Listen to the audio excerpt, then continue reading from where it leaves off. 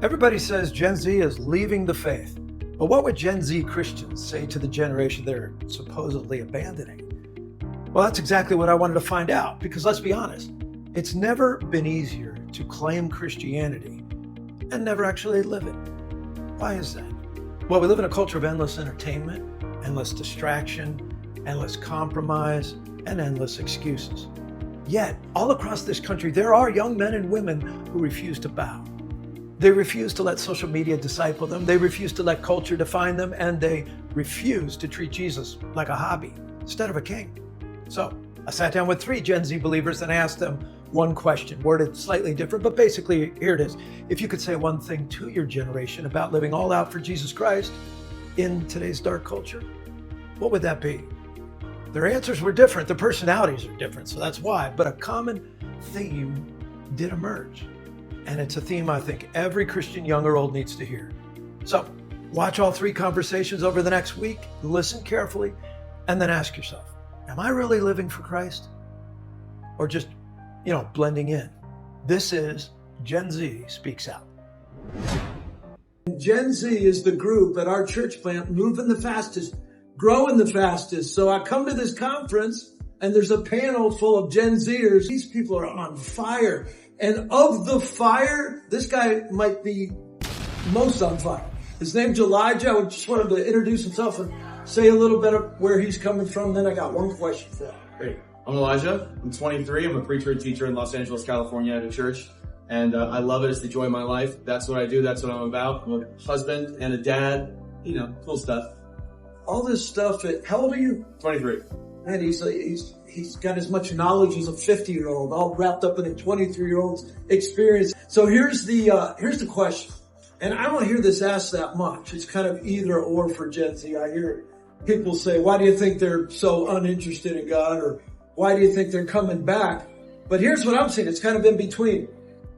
The Gen Zers that get fired up and realize life needs to be authentic and real and tell me the truth about Jesus, I see them get really passionate, and then I see them kind of make a move towards Jesus and keep, one foot in the world and one foot in passion, and you just can't live that way. So here's the question.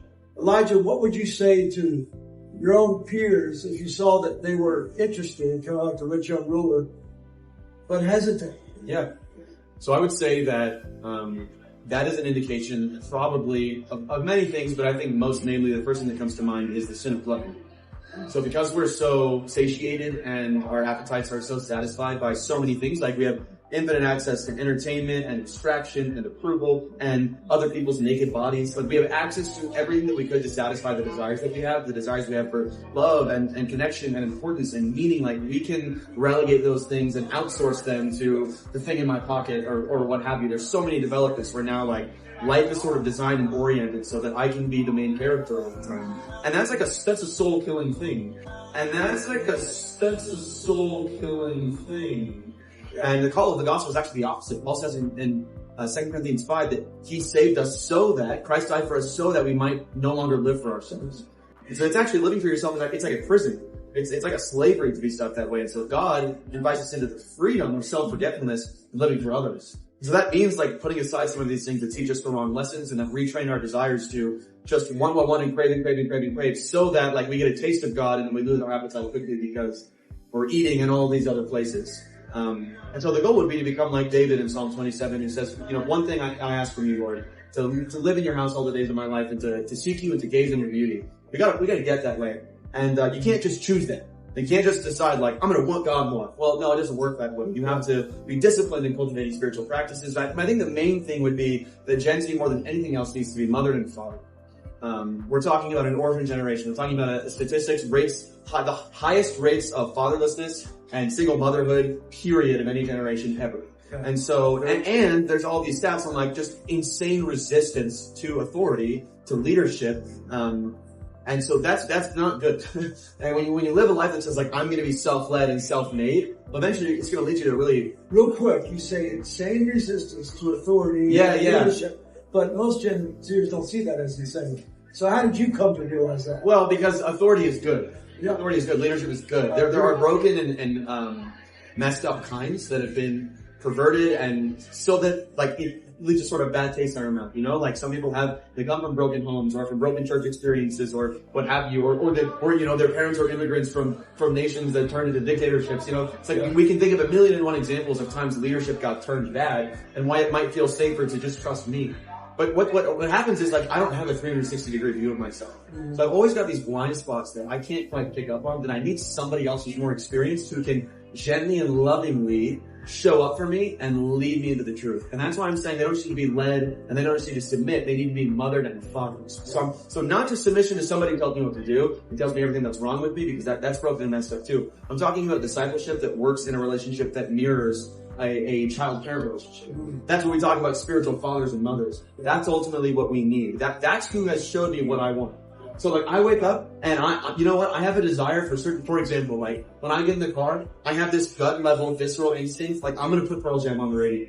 Where did I get that? I never met Eddie Vedder. I wasn't alive in it. But when my dad showed me Penn, and so when I get in the car, I just want to hear 10. Like I don't know what it is. All these bands, my wife has to listen to me, like deal with me listening to on full blast in the car. They're weird, edgy bands that my dad showed me to that I don't even think about. I get in the car, what am I going to put on? And his tastes and his desires are like coming through me. Yeah. So we receive those. We receive a vision of what's good, of what's enjoyable, of what's worth giving your life to. And so you need spiritual fathers and mothers who can show that to you and lead you there. You can't just figure that out yourself. And with a world that's just like, it's a nonstop buffet of crap. You need someone who's going to go, this is the good food that you need to eat from. And when you eat this, you'll be satisfied. Wow, this is rich, man. I completely agree. The only thing I don't like is you make me feel even older. My kids do the same thing, but it's not Pearl Jam. It's like the Eagles and Journey. Yeah, I should be using a cane right now. That's absolutely true. So they're worried about what they're going to leave behind, which is a little bit of, you know, what life could be, what I'll have to give up. What about, last thing, what about the fear? Because I feel like that foot in there, that's most of it, what you say. Mm-hmm. But part of it is the fear. What are they afraid of? It's going to happen if they go all in. Yeah, I think that people are afraid because I think they'll really understand the gospel. Even if they can't put it quite in words, they know that following Jesus will mean changing their life. It will mean that they become somewhat different, that they behave different, that their desires and attitudes and beliefs are different, and that can be really hard to grapple with. And I think that this comes back ultimately again to the spiritual father and mother thing. I need to be able to look at people who have lived a life of sacrifice, who have lived an example of giving up privileges that they could have had for the sake of following Jesus, and they look back and go, yeah, that was all worth it. Yeah, I don't regret any of that. I need someone who can look me in the face and go, everything that I lost, like Paul in Philippians 3, everything that I lost for the sake of knowing Christ, yeah, it's crap to me. And I don't regret losing it. I need someone to show me that that's the way that this works. And so that fear that you put to death, when someone goes, I was afraid of that too, I'm so glad I made this decision. I'm so glad I lost that. I'm so glad I gave up that privilege or I took on that sacrifice. I'm so glad I allowed Jesus to transform me because it wasn't just a loss. Right? It's not just loss. And I think a lot of people frame the gospel as primarily loss. Here's what you're giving up. Here's what you're leaving behind. You need to get away from that. You need to turn away from those things. I'm like, that's true. But the gospel is primarily gain. I gained Christ. I gained forgiveness. I gained salvation. So the trade-off in the gospel is so imbalanced. The garbage that I leave behind in order to gain infinite treasure in Christ, infinite bliss and eternal love in Christ, it's like, oh yeah, this is a no-brainer. And I think that when we take our eyes off of Jesus, it's so easy to forget how awesome that trade is.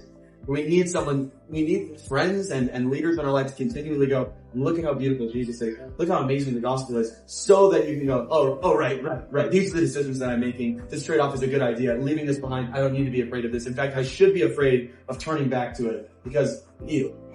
Like, look what it did for me. That's what Paul says in Romans 6. He's like, yeah, you used to not have this standard on you. Like, this is the law you have to obey. These are the things that you have to. You used to be free when it comes to righteousness. And what did it profit you? What did you do? Was not the fruit of that death. I go, oh, right. Like, when I thought I was free, actually it was leading me to death. And so that thing I'm afraid to let go of is killing me. It's like, I need to let go of this. I need to let go of it fast so that I can live in Jesus's, John chapter 10, abundant life. Yeah. Amen. And then right before that death, an absolute gnawing, growing regret as you realize what you gave up if you didn't seek Christ. So, man, what you said you're from LA, a church there. Why don't you tell people how they can find out more about you or follow you? You can follow me at Elijah.lamb on everything, everywhere. Mostly just Instagram. That's where you can find me. Awesome. Yep. Thanks so much. I appreciate it.